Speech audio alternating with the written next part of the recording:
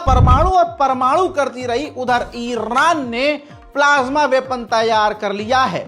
यह दावा अमेरिका ने किया है। अमेरिकी इंटेलिजेंस की हटी पड़ी है एकदम। ईरान के पास ऐसा हथियार है कि पूरी दुनिया के पास वो हथियार नहीं है। अब आपको लग रहा होगा रजा भाई ईरान की तारीफ में तो पागल हो गए हैं। ना ना ना ना ना, ये बात मैं नहीं बोल रहा हूं। अंधभक्तों का और इजराइल का नाजायज बाप अमेरिका कह रहा है। लीजिए आपकी स्क्रीन पर रिपोर्ट। हजरात मोहतरम, इंडिया टुडे से लेकर दुनिया के तमाम अखबारों में हड़कंप मच गया है, छप चुका है कि ईरान के पास प्लाज्मा वेपन है। ईरान दुनिया का वाहिद पहला ऐसा देश बन गया है जिसने प्लाज्मा हथियार हासिल कर लिया है। प्लाज्मा हथियार एक ऐसा हथियार है जिसकी गर्मी से दुनिया का कोई भी पदार्थ पिघलाया जा सकता है। अब तक यह हथियार किसी के पास नहीं था और स्काई फाई हॉलीवुड की साइंस फिक्शन मूवीज के अंदर अब तक इन हथियारों को देखा जा सकता था। लेकिन इस हथियार को बनाने के लिए गैस और जिन चीजों की जरूरत होती है वो भारी मात्रा में ईरान के पास है पड़ी है और समझ में नहीं आ रहा है कि करें तो करें क्या। इसके बाद इजराइल भी सख्ते में आ गया है कि क्या करें। लेजर वेपन, परमाणु हथियार से भी आगे की चीज अगर कोई बताई जाती है, अगर आप गूगल भी करेंगे तो आपको प्लाज्मा वेपन ही बताया जाएगा जो कि ईरान के पास है। ईरान ने यानी वो बात सच कर दी है जिसमें वो कह रहा था कि हमारे पास तो ऐसे हथियार हैं कि अगर हम दिखा दें तो दुनिया चकड़िया जाएगी कि ये क्या चीज है। अब इसके बाद अमेरिका परेशान है, इजराइल परेशान है और ईरान के जितने भी दुश्मन हैं सब हैरत में पड़े हैं कि ये प्लाज्मा वेपन कैसे बना लिया है।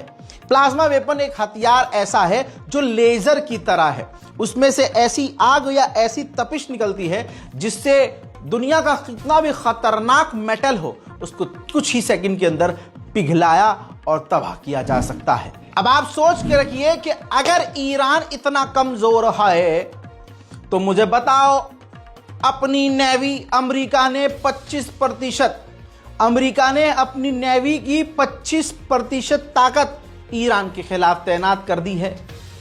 ईरान के बेहद करीब यूएसएस कार्ड एयरक्राफ्ट कैरियर भी पहुंच चुका है।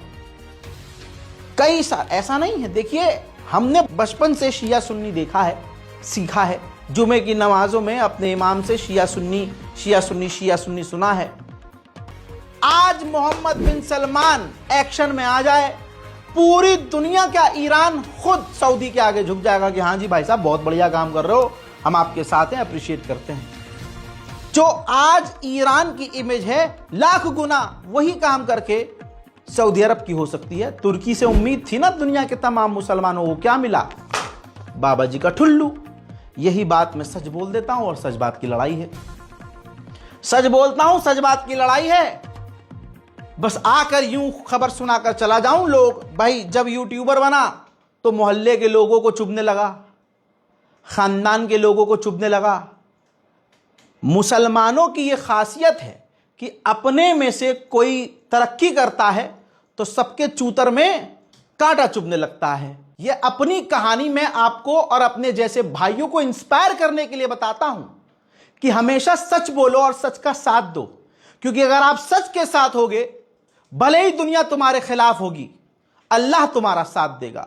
फ्रांस ने टिट फॉर टैट वाली पॉलिसी का इस्तेमाल किया और ईरान के एक स्टूडेंट को अपने यहां जासूसी के नाम पर गिरफ्तार कर लिया। हालांकि ईरान भी यही काम जब कर रहा था तो फ्रांस अभी हफ्ते भर पहले तक यही मांग कर रहा था कि फ्रांसीसी लोगों को ईरान रिहा कर दे। खबर यह आ रही है कि ट्रंप और नेतन्याहू ने प्राइवेट मीटिंग की है और उस प्राइवेट मीटिंग में ईरान के खिलाफ प्लान बनाए गए हैं। हजरात मोहतरम, सूडान ने अब्राहम अकॉर्ड के जरिए इजराइल से हाथ मिलाया हुआ है, दोस्त है इजराइल का। और उसी सूडान के अंदर पिछले 1-1.5 साल से सिविल वॉर चल रही है, गृह युद्ध चल रहा है।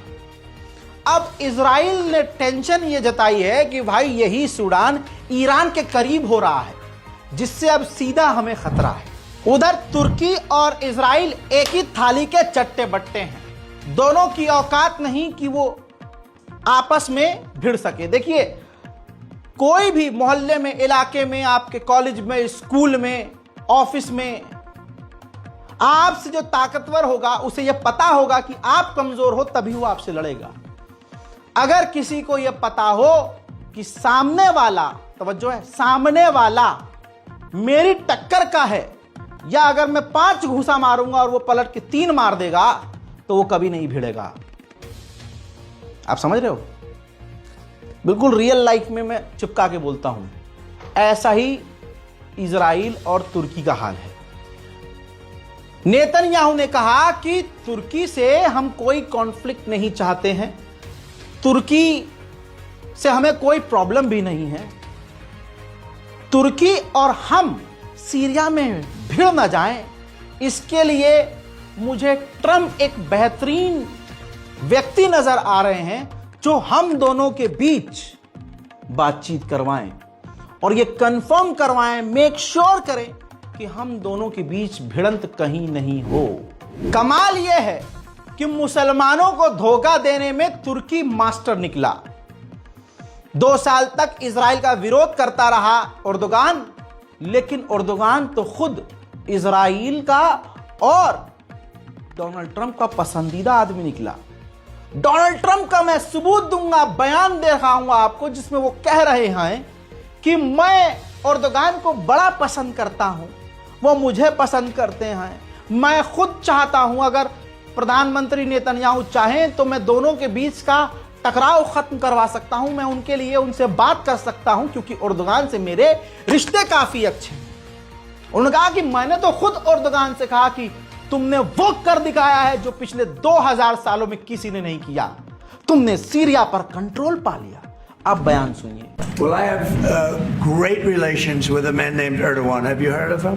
Yeah. And I happen to like him, and he likes me, and I know the press will get very angry. He likes Erdogan, but I do, and he likes me, and we've never had a problem, and we've gone through a lot, and we've never had a problem, and always gotten, as you remember, we got our minister back from Turkey, you remember that?